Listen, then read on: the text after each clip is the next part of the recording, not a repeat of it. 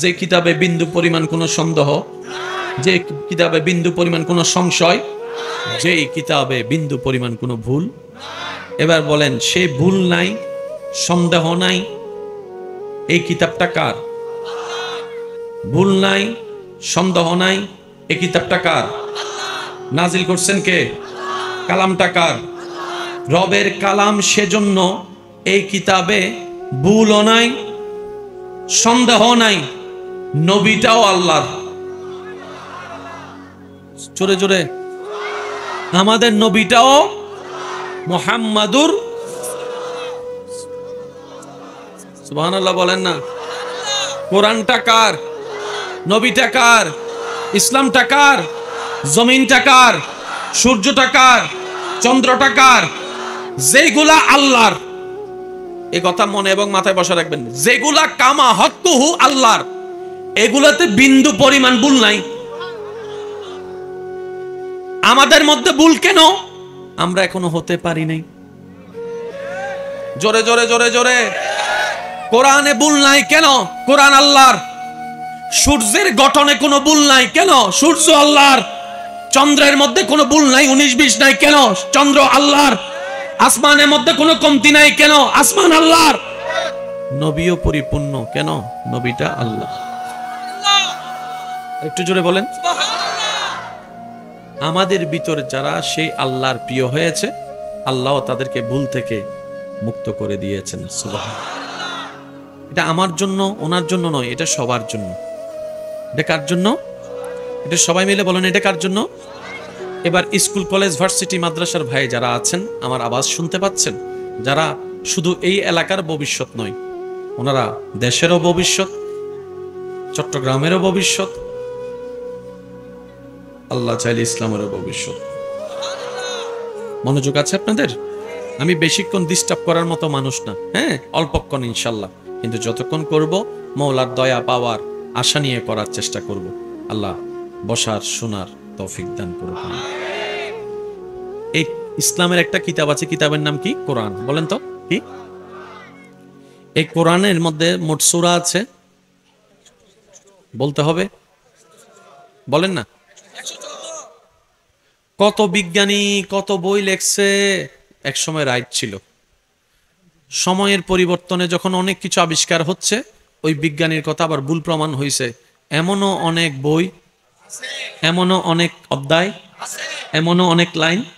অর্থাৎ 71 সালে যে লিখেছেন, উনি 71 সালের বুঝ নিয়ে লিখেছেন। এটা যখন 2023 সালের মানুষে পড়তেছে, মিলে না। মিল স্বাভাবিক। 100 বছর আগের যারা কোরআন পড়নেওয়ালা, তারাও বলছে কোরআন অসাধারণ। 200 বছর আগে যারা কোরআন পড়েছে, তারা বলে কোরআন অসাধারণ। সুবহানাল্লাহর আওয়াজ কিন্তু বড় বড় করে লাগবে। 250-300 বছর আগে পড়নেওয়ালার জবানও শোনা যায় কোরআন অসাধারণ, কোরআন অসাধারণ। 700 বছর আগে যারা কোরআন পড়েছে, তারা বলে যে কোরআনের কোনো মতো নাই, কোরআনের কোনো মেসাল নাই, কোরআনের কোনো ডুপ্লিকেট নাই। কোরআন তো কোরআন, কোরআন তো কোরআন, কোরআন তো কোরআন। আজকে 23 সালে যারা কোরআন গবেষণা করছে, তারাও বলছে কোরআনের কোনো মেসাল নাই। সবচাইতে চমৎকার বিষয় কি জানেন? সবচাইতে চমৎকার বিষয় হচ্ছে, কোরআন এমন একটি ঐশী গ্রন্থ, যে বা যারাই এই কোরআনের ভুল ধরার জন্য গবেষণায় নেমে গিয়েছে, দিন রাত পিছনে পড়েছিল, এই কোরআনকে ভুল ধরনেওয়ালাই এক সময় কোরআনের প্রেমে পড়ে ইসলাম কবুল করে নিয়েছে। এই কোরআন এমন একটা কিতাব, ওই যুগের সাথেও ফিট। ভাই একটু আওয়াজ দিতে হবে, ওই যুগের সাথেও ফিট। এবার বলেন, পৃথিবীতে আর একটা জিনিস দেখান তো এরকম যে ওই যুগের সাথেও ফিট, এই যুগের সাথেও ফিট। এই প্যান্ডেল দিয়ে যদি 20 বছর পরে মাহফিল করেন, উগ্র ফোয়াইস্তনু ইনকি আর গুরো দেখতে দেখতে দিলে না। কথা বলেন না রে ভাই। আজকে থেকে 50-60 বছর আগেও মাহফিল হয়েছে, এরকম চেয়ার জীবনে কেউ কল্পনা করছে? আমি কিন্তু আবার এরকম বাড়ি চেয়ারে বসার অভ্যাস আমার নাই, আমি পারিও না, আমার বসতেও আনইজি লাগতেছে। আমার জন্য প্লাস্টিকের চেয়ারে সব চাইতে বালা। এই চেয়ারের মধ্যে যে বসছি, যারা আমার দাদা এখন দাড়ি সাদা হয়ে গেছে, তারা যখন ছোট ছিল, তারা তখন দেখছে মাহফিল হইছে ওই নমা থেকে আর কেন জোর হন। হ্যাঁ হ্যাঁ, মেন্টল একটা দিত, মাঝখানে 2-3টা হরন এমনি দিত। এই হরন এরকম ছিল লম্বা একটা, 2-3 মাইক দিয়ে কোনো রকম ব্যাটারি দিয়ে রে। তাহলে আমার দাদা সেই মাহফিলের পরিবেশও দেখেছে। আজকে 2023 সালের আপনাদের এলাকার সন্তান সৈয়দ আব্দুল আজিজ শাহ পাড়ার যুব সমাজের উদ্যোগে আয়োজিত মাহফিলটাও দেখছে। উনি পার্থক্যটা ভালো বলতে পারবে, ওই যুগের মাহফিলের ধরন কেমন ছিল, এই যুগের মাহফিলের ধরন কেমন ছিল। কিন্তু প্রত্যেকটা কিছু উনি মানতে বাধ্য। চেঞ্জ হয়েছে প্রতি বছরেই, 2 বছরেই, 5 বছরেই, এটা পরিবর্তন সেটা পরিবর্তন। 1450 বছর পার হয়ে যাচ্ছে ক্যালেন্ডারের পাতায়, কোরআন পরিবর্তন করার প্রয়োজন হয় নাই। কোরআন তো দূরের কথা, একটি সূরা পরিবর্তনের প্রয়োজন হয় নাই। ওই ইমানদার ভাইয়েরা চুপ করে থাকবেন না, আওয়াজের ধ্বনি দিয়ে সাক্ষ্য দিয়ে যান, কোরআন তো পরিবর্তন হয় নাই, পারাও পরিবর্তন হয় নাই। পারা তো দূরের কথা, সূরা পরিবর্তন করার প্রয়োজন হয় নাই। সূরা তো দূরের কথা, একটি আয়াতও পরিবর্তনের দরকার হয় না। আল্লাহ বলছেন, তোরা যদি সত্যবাদী হস তোদের কথায় ঠিক আছে, ইসলাম মিথ্যা ঠিক আছে, কোরআন মিথ্যা ঠিক আছে, তাহলে একটা কাজ কর, কোরআনের একটা সূরার মতো সূরা বানায় আন। আমি শিক্ষিত সমাজের মনোযোগ চাচ্ছি, কোরআনের একটা সূরার মতো সূরা বানায় আন, যদি তোরা তোদের কথায় সত্যবাদী হস। চ্যালেঞ্জ করছেন কে? চ্যালেঞ্জ করছেন কে? চ্যালেঞ্জ করছেন কে? আবার সূরা বাকারা 24 নম্বর আয়াতে বলতেছেন আল্লাহ জীবনও পারবি না। সুবহানাল্লাহ, আওয়াজটা একটু বড় লাগবে। সূরা ইউনূসের 38 নম্বর আয়াতে আল্লাহ পাক চ্যালেঞ্জ দিচ্ছেন, যে কোনো একটা সূরা যদি তোরা বলস ইসলাম মিথ্যা ঠিক আছে, কোরআন মিথ্যা ঠিক আছে, তাহলে কোরআনের মতো একটা সূরা তো তোরাও পারবি। এবার বলেন, কোরআনে আল্লাহ চ্যালেঞ্জ দিয়েছেন একটা কি আনো, সূরা নাও, কি আনো? তো সূরার ভিতরে তো বাকারাও আছে অনেক বড়, ইয়াসিন সূরাও আছে অনেক বড়, সূরা ইউনূস আছে বড়, সূরা মুলুক আছে, বলেন না বলেন না বলেন না, সূরা আল ইমরান আছে। এটা যেমন সত্য, কোরআনের সবচেয়ে ছোট সূরা কি? প্রশ্নোত্তর ফাঁস করে দিই তো, ওই ফেলন না, নাই নুনি তো, আরো জোরে বলেন। আল্লাহ বলেছেন, একদল দাবি করতেছে মুহাম্মদের উপর যেটা আসতেছে এটা আল্লাহর বাণী নয়, এটা মুহাম্মদ বানায় বানায় বলতেছে, এই দাবি করতেছে। আল্লাহ বলতেছে ঠিক আছে, তোদের কথা যদি সত্য হয়, মুহাম্মদ যদি পারে তোরাও তো পারবি। তোরা যদি বলস এটা আমি আল্লাহর কালাম নয়, তো তোরাও তো পারবি। ঠিক আছে, একটা সূরা নিয়ে আয়। এবার বলেন, সূরা ভিতর বড় সূরা আছে না, মাঝারি সূরা, ছোট সূরা? আল্লাহ বলতেছেন একটা কি আনো, সূরা আনো। এটা তো কাজ সহজ, যে কোনো একটা সূরার মতো 3 লাইন একটা নিয়ে আসলে তো হয়ে যায়। 3 লাইন কান হতা যে কিও তা নিত্তারে। এখনো পর্যন্ত এই চ্যালেঞ্জ কেউ অ্যাকসেপ্ট করছে? আমি সবার মনোযোগ চাচ্ছি, এখনো পর্যন্ত সেই চ্যালেঞ্জ কেউ অ্যাকসেপ্ট করছে? তখন পারে নাই বুঝছি, কারণ তখন বিজ্ঞান ছিল না, কম্পিউটার ছিল না, আপনার সায়েন্স তেমন ছিল না, প্রযুক্তি তেমন ছিল না, আইফোন তেমন ছিল না, কম্পিউটার তেমন ছিল না, স্যাটেলাইট ছিল না, ছিল না ছিল না। এখন তো অনেক কিছুই আছে। এখনো কি এই চ্যালেঞ্জ কেউ অ্যাকসেপ্ট করেছে? কখনো কি শুনেছেন ফেসবুকে এসে কেউ বলছে আল্লাহ দাবি করেছে কোরআন যদি মিথ্যা হয়, কোরআন যদি সত্য হয়, কোরআনের মিথ্যার সেই সত্যের প্রমাণে একটা সূরা আনতে, আমি একটা সূরার মতো সূরা আমি নিজে বানাই আনবো? এখনো পর্যন্ত কেউ চ্যালেঞ্জটা গ্রহণ করে নাই। কি আছে এই কোরআনে? মনে রাখবেন, এই কোরআনে শুধু সওয়াব নাই, এই কোরআনে শুধু অর্থ নাই, এই কোরআনে শুধু ব্যাখ্যা নাই। পৃথিবীর বুকে যে সমস্ত জ্ঞান পৃথিবীর বিশ্বে রাজত্ব করছে, এই রাজত্ব করা জ্ঞানের অনেক নিয়ামত এই কোরআনে আছে। এবার আসেন, পড়ালেখার জগতে গাণিতিক প্যাটার্ন বলে একটা পড়ালেখা আছে। সুবহানাল্লাহ, জোরে বলেন। আর গণিতিন কি জিনিস, ইন আর ফকলতুন হুসর করলে ভাইবে পরীক্ষার আগের দিন তাহাজ্জুদ ফরি ফরি উড়ে ফেলি দে না মাথা গারে।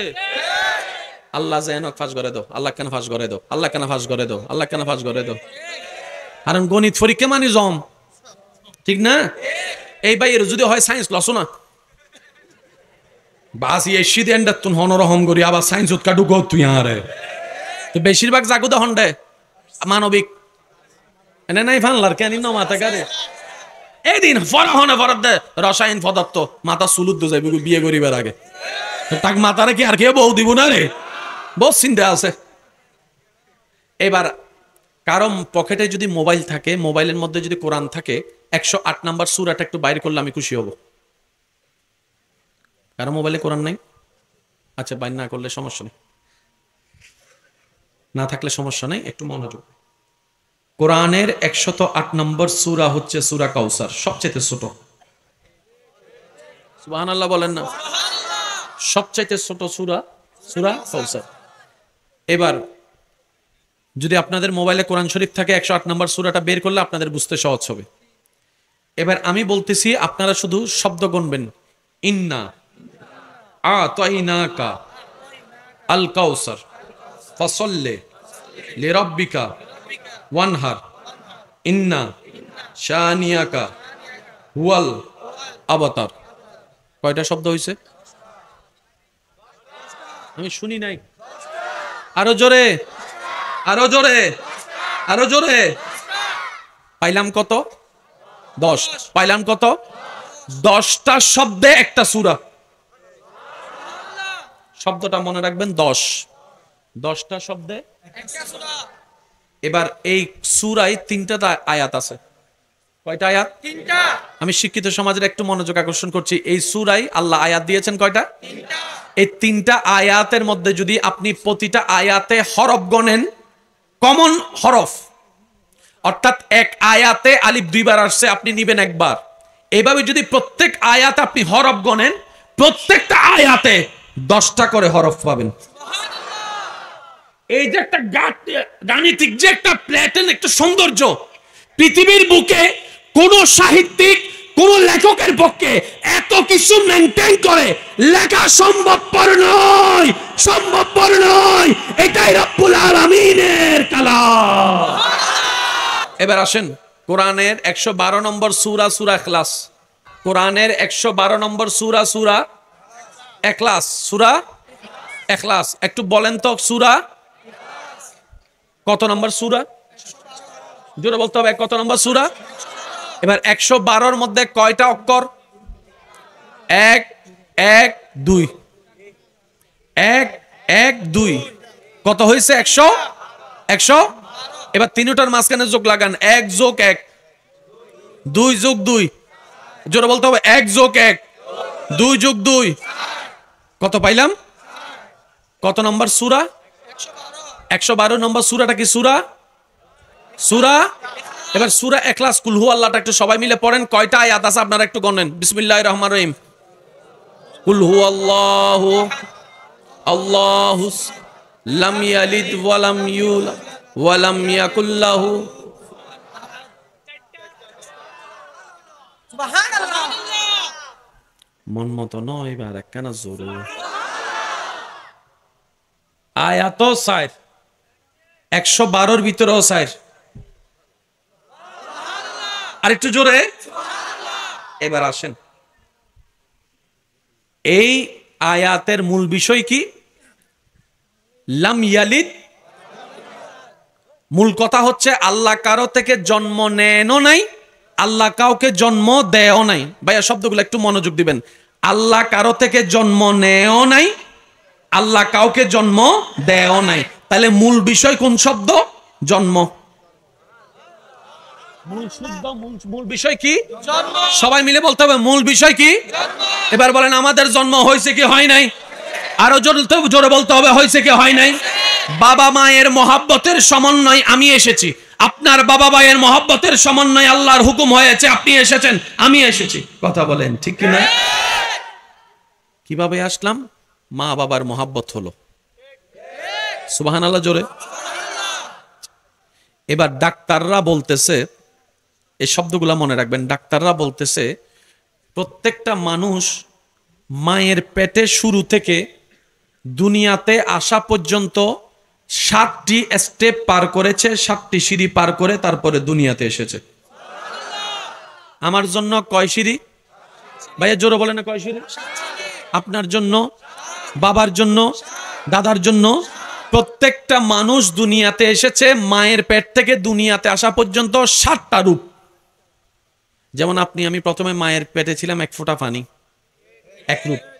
কিছুদিন যাওয়ার পরে আল্লাহর যখন হুকুম হয়েছে, এই এক ফোঁটা পানিটা এক বিন্দু রক্ত হয়ে গেছে, দ্বিতীয় রূপ। কিছুদিন যাওয়ার পরে আল্লাহর হুকুম হয়েছে, ওই এক বিন্দু রক্তের জমাটটা গোস্তপিণ্ড হয়ে গেছে, তৃতীয় রূপ। এইভাবে 7টা রূপ পাল্টাইছি। কয় রূপ? এটা আমাদের কথা না, ডাক্তারদের কথা। কার কথা? এই ডাক্তাররা বলতেছেন প্রত্যেকটি সন্তান মায়ের পেটে দুনিয়াতে আসা পর্যন্ত 46,000 ক্রোমোজোম, 23 জোড়া, 46,000 ক্রোমোজোম।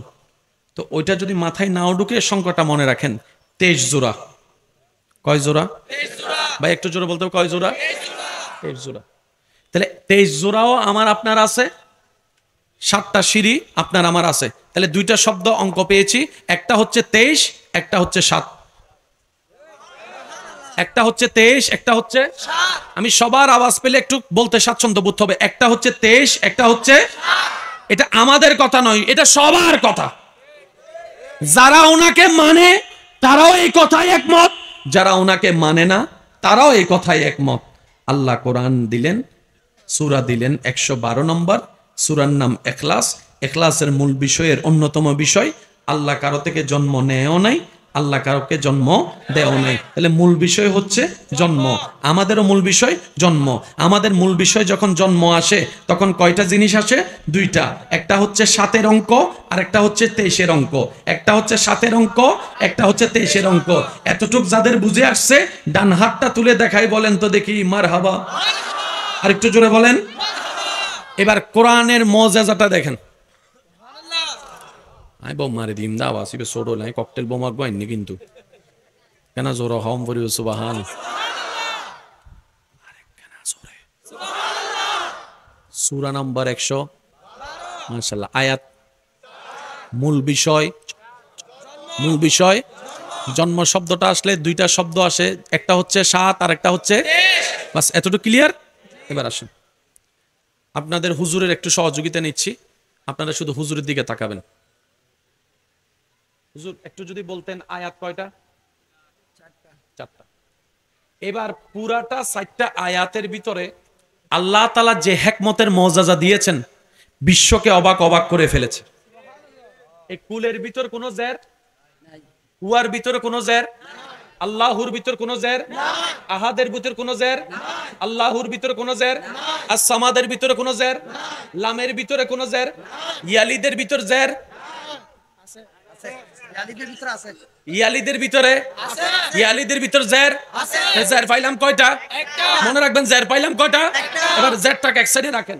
ওয়ালাম নাই, জের ইউলাদের মধ্যে জের নাই, ওয়ালামের মধ্যে নাই, ইয়াকুনের মধ্যে নাই, লাহুর মধ্যে নাই, কুফুয়ানের মধ্যে নাই, আহাদের মধ্যে নাই। পুরা সূরায় শুধু জের একটা। সুবহানাল্লাহ। আশিকের আওয়াজ আর একটু বড় হবে না? সুবহানাল্লাহ। পুরা সূরায় আল্লাহ জের ব্যবহার করেছেন একটা। এবার আমার বাইরে খেয়াল, আলিফ জবর, এ তো মাশাআল্লাহ, আলিফ জবর, বা জবর, তা জবর, আলিফ জের, আলিফ পেশ, বা জবর, বা জের, বা পেশ। তো জবরও চিনি, জেরও চিনি, পেশও চিনি।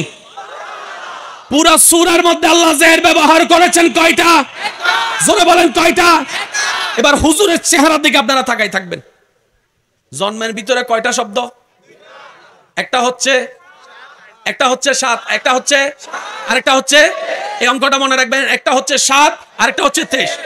এবার হুজুর একটু সহযোগিতা, বেয়াদবি মাফ করবেন হুজুর। ইয়ালিদের আগে মোট শব্দ কয়টা আমরা একটু গণি। ইয়ালিদ এসে জের এসে 2টাকে 2 ভাগ করে ফেলেছে। এবার দেখেন, আমি বলতেছি আপনারা গণেন। ইয়ালিদের আগে লাম, সামাত, আচ্ছা উপর থেকে গণে আসি। কুল, আপনারা বল এক গণবেন। কুল, হুয়া, আল্লাহু, আহাদ, আল্লাহু, আস-সামাদ, লাম। জেরের আগে ঠিক 7টা শব্দ। এখন আপনি বলতে পারেন ভাইজান এটা তো কাকতালীয় ভাবে মিলে যাইতেও পারে। এবার মজার বিষয় দেখেন, ইয়ালিদের জেরের পরেরটা দেখেন। আমি বলতেছি আপনারা গণেন। ওয়ালাম, ওয়ালাম, ওয়ালাম, ইউলাদ, ওয়ালাম, ইয়াকুন, লাহু কুফুয়ান আহাদ। জেরের আগেও 7 শব্দ, জেরের পরেও 7 শব্দ। জন্ম হতে 7টা স্টেপ লাগে। রব বলে তোদের জন্মের জন্য 7টা ডিভাইন স্টেপের দরকার। আমি তো খালেক, ওই 7 আমি রবের দরকার নাই। আমি 7 থেকে মুক্ত আছি, 7 থেকে মুক্ত আছি। লাম ইয়ালিদ ওয়া লাম ইউলাদ। চিৎকার দিয়ে বলেন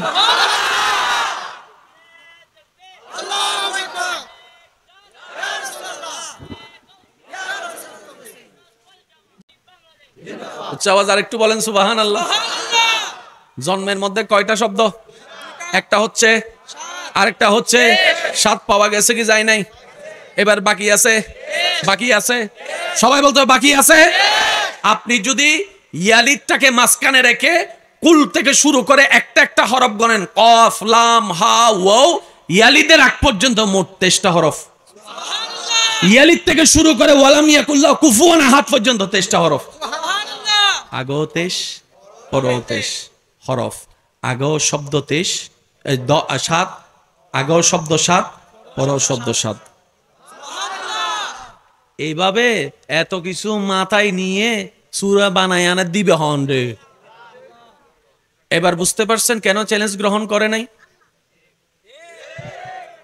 এটা কোনো ওই কবিতা লেখা না যে 10 জন কবিতার ফইরা আপনি নিজে একটা কবিতা বানাই ফেলছি, আমি বানাই ফেলছি। বিষয়টা এতটুক নয়। বুঝাতে চাচ্ছি আমার ভাইদের কাছে, এই কোরআনকে যদি যথোপযুক্ত গুরুত্ব দিয়ে সম্মানের সাথে নিয়ে যদি আমরা এগোতে পারতাম, বিশ্বের রাজত্ব আজকে আমাদের হাতে থাকতো নবী মুস্তাফার চরিত্রকে অনুসরণ করে করে। কথা বলেন ঠিক কিনা? আল্লাহ আমাদেরকে কোনো কিছু কম দেয় নাই, সব দিছে, বেশি দিছে, অনেক বেশি দিছে।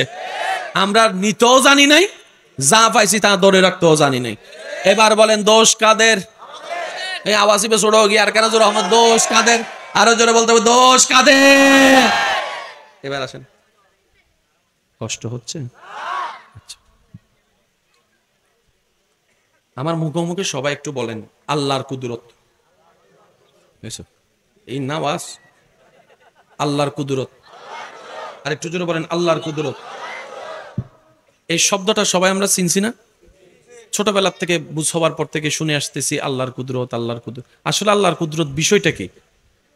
এক কথায় বলি, রাত গভীর হচ্ছে, আমি বেশি ডিপলি যাব না। ওলামায়ে কেরামের দোয়া চাচ্ছি, মুরব্বীদের দোয়া চাচ্ছি, আর যুবক ভাইদের আওয়াজের সহযোগিতা চাচ্ছি। সবাই মিলে একটু বলুন তো আল্লাহর কুদরত। জোরে বলতে হবে আল্লাহর কুদরত। আল্লাহর কুদরত জিনিসটা কি? আল্লাহর কুদরত বিষয়টা কি? মনে রাখবেন, আল্লাহর কুদরত এমন একটা বিষয় যেটা ঘটনা বাস্তব, ঘটনা কিন্তু কিভাবে হয়েছে এটার নাম আল্লাহর কুদরত। আরেকটু জোরে। আল্লাহর কুদরত মানে কি? এটা হয়েছে ঠিক, স্ট্রেস আল্লাহর কুদরত নয়। ইয়ান কেন হইলে হানি তারা হইবে লেবু। কথা বলেন না রে ভাই। ফ্যান্ডেল আল্লাহর কুদরত নয়। আল্লাহর কুদরত আসমান, আল্লাহর কুদরত জমিন। সুবহানাল্লাহ জোরে বলতে হবে। আল্লাহর কুদরত খুঁটিহীন 7 আসমান, আল্লাহর কুদরত বেসহীন পিলারহীন জমিন, যেটা মাটির উপর পানির উপরে আছে, পানির উপরে আছে। আল্লাহর কুদরত দেখতে চান? পাহাড়কে দেখেন। লক্ষ কোটি মানুষ একসাথে মাটি জমাইলেও পাহাড় বানাতে পারবো না, পাহাড় বানাতে পারবো না। পাহাড় তো পাহাড়, হাজার চেষ্টা করলেও কক্সবাজারের একটা ঢেউ আপনি আমি বানাতে পারবো না। কিন্তু কক্সবাজার যাইয়া দেখেন, নদীর পারে যাইয়া দেখেন, টাইমে টাইমে ঢেউ আসতেই আছে, আসতেই আছে, আসতেই আছে। সুবহানাল্লাহ। আল্লাহর কুদরত দেখতে চান? আম গাছের দিকে তাকান। জানুয়ারিতে গাছ আছে, পাতা আছে, আম নাই। ফেব্রুয়ারিতে নাই, মার্চ মাসে নাই। বৈশাখ যখন আসা শুরু করছে, আস্তে আস্তে বোল আসা শুরু করছে, বোল আসা শুরু করছে। ও গাছ, তুই কোন বিদ্যালয়ে পড়ছস? ওই বিদ্যালয় আবার কি? ও গাছ, তোর কাছে কি কোনো কম্পিউটার সেটিং আছে? বলে যে নাই। তাহলে 12টি মাসের মধ্যে বৈশাখ কখন আসলো তুই জানলি কেমনে? বলে এটাই তো রবের কুদরত। আসেন, যতগুলো আম গাছ আছে, এই আম গাছ যেখানে যাই আমরা আম খাইয়া মজা পাই, সাথে কি নিয়ে আসি? আর গরর ডাহুদি। এই আম গাছ এবার মজা আছে, আম ইবের বডি বেল, ইমার ঘরের ডাহো দি যাই কিনলে হদ দিবে বড় হইলে আয় হান্য হইলে কি আর নাতি তারা মাথে কা তার মানে এন্ডে যেদুন আম গাছ আছে আম হাইবার আগেই তারা শুক্রিয়া আদায় করিবে আমা কেউ একজন লোক কিলতো ইবে আসানা নাই তো হইন্য পারি আল্লাহ এবারে জান্নাত দিও ইয়েন হইও ইবে নু লুকিলে পাইতে না তাহলে মাঝে মধ্যে কেন থ্যাংক ইউ হইবে দেরি এসো এসো ন মাথা তো ঠিক না বেটি কহ না হ্যাঁ সাইউ আর হদুন তো আছে মা বাপে গরম মিদি 10 কেজি আম আনি দিলি তুই দিন হাই তুনু ইতে জব তুয়ান হইলে করতে পারি কি দিল্লা আছে না হিরাও ফুতুন না তুই হন্ড জব দে দাম হাইতাম দাম তো গরম আছে ইন্দি জ্বর ফরিব তুয়ান বাইবু ইতে আমিন তোয়াই লব লুঙ্গেন মিদে হোসান মিদি লইয়া রে তারপর শামুক দিন দিয়ে রে কি বানাই শামুক দিয়ে রে সিলিবেল্লাই আসলনি বানাইয়া রে তারপর নুন মরিচ দিয়ে রাখাগো আমার যে মজা মানুষের গাছের আম দে মাথা না বাজে ঠিক না বেটি আর তো অন্যর কিন বেশি মজা লাগে দে এটা লাই তো মা বউয়ে বইনে আরা দিন বড় রাঁধে they in হাইয়ারে thank you know হই ওই 1000 টাকা দিয়ে রেস্টুরেন্টত হাইয়ারে এন্ড বলা বার গো টিপ মারে টিপ ওতে যে মজা ঠিক না বেটি খাও না ভাই এটা মাঝে মধ্যে গরত মিতে যারা রাঁধেই তারা কেন টিপ দিও না ভাই সমস্যা নেই তো বাইরে হাইলে যেতে দি আর বউ না আর বউরে কেন টিপ দিও চাইও আবার আর বইনে হতাও নিয়ে হবো উজুরো হইতে টিপ লইতো টিপ মানে আবার চাইও 2 বড়ি স্বর্ণ নতুয়াইও বই হারে তার ভাই আর নামে মামলা করে দিব একবার বলেন মার হাবা আর একটু জোরে বলেন মার হাবা এবার আসেন বোটা রুকছে কয়টা গাছ উঠছে কয়টা আম ধরছে কয়টা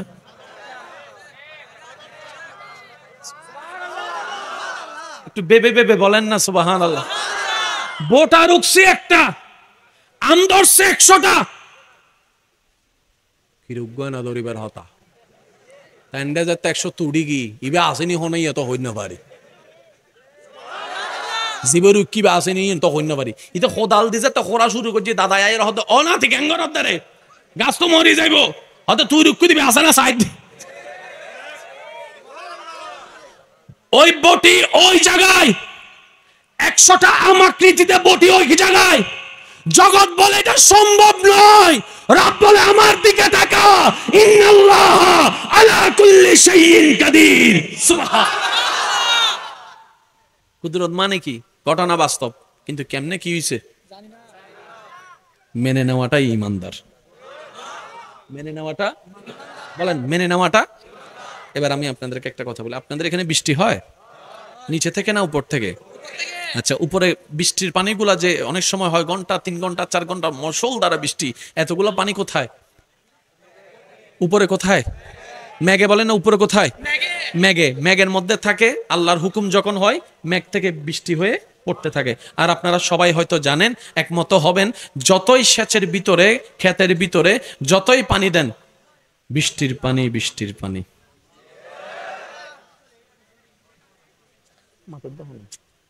বুঝছি আপনাদের কষ্ট হচ্ছে আমি শেষ করে দিচ্ছি বিদায় 5টা মিনিট আসি রাত অনেক হয়ে গেছে তো আপনাদের কষ্ট হয়ে যাচ্ছে না যতই সেচের পানি দেন বৃষ্টির পানির মতো জোরে বলেন বৃষ্টির পানির মতো এবার বিজ্ঞানের ছাত্র ভাইদের একটু মনোযোগ আকর্ষণ করছি জ্ঞানী গুণী ব্যক্তিরা এই বৃষ্টি প্রক্রিয়াকে যে গবেষণা করে যে সিস্টেমটা বের করেছে আজকে থেকে 50-60 বছর 100 বছর আগে সূরা রুমে 48 নম্বর আয়াতে একই তত্ত্ব আল্লাহ তাআলা 1450 বছর আগে জানিয়ে দিয়েছেন সূরা রুম আয়াত নম্বর 48 মনে রাখবেন সূরা রুম আয়াত নম্বর আমি শুধু এই কথাটা বলার একটাই কারণ আজকে আপনি যখন বলছেন আমার ইসলাম বাদ দিয়ে সায়েন্স শিখতে হবে আমার ইসলাম কোরআন বাদ দিয়ে আমাকে ইংরেজি কথা শিখতে হবে আমাকে কোরআন বাদ দিয়ে আমাকে ফিজিক্স কেমিস্ট্রি পড়তে হবে আমাকে কোরআন বাদ দিয়ে যেহেতু জগতে আমাকে রাজত্ব করতে হবে আমাকে বড় প্রফেশনে যেতে হবে আমাকে মক্তব বাদ দিয়ে কিন্ডারগার্টেনে যেতে হবে আমি শ্রদ্ধার সাথে বলি ও আমার ভাই ও আমার বোন ও আমার বোনেরা আপনার সন্তানদেরকে ও আমার ভাইয়েরা আপনার সন্তানদেরকে যা বানান কোনো সমস্যা নাই কোরআনটা তো পড়ান কারণ এই কোরআনটা তো দুনিয়াও আলোকিত করে দেয় কবরও আলোকিত করে দেয়, হাসরও আলোকিত করে দেয়। কোন সেই সাবজেক্ট যেটা হাসরে গিয়ে আপনাকে আমাকে সাপোর্ট দিবে? কোন সেই সাবজেক্ট যেটা আপনাকে আমাকে কবরের মধ্যে সাপোর্ট দিবে? অথচ এই পণ্যওয়ালা কিতাবগুলাই আপনার আমার মনে থাকে না। আজকে যারা এখানে ইন্টারে পড়তেছেন, যারা এসএসসি পড়তেছেন, ওনাদেরকে জিজ্ঞেস করেন ক্লাস 5-এর বইটা কোথায়, মনেই নেই, মনেই নেই। 6-এর বই কোথায়, মনেই নেই। প্রয়োজন শেষ ফেলে দিয়েছি, প্রয়োজন শেষ থাকে পড়ে আছে। কিন্তু কোরআন এমন একটা কিতাব, ওই কোরআনটাই আমাদেরকে মনে রাখবে পরকালে।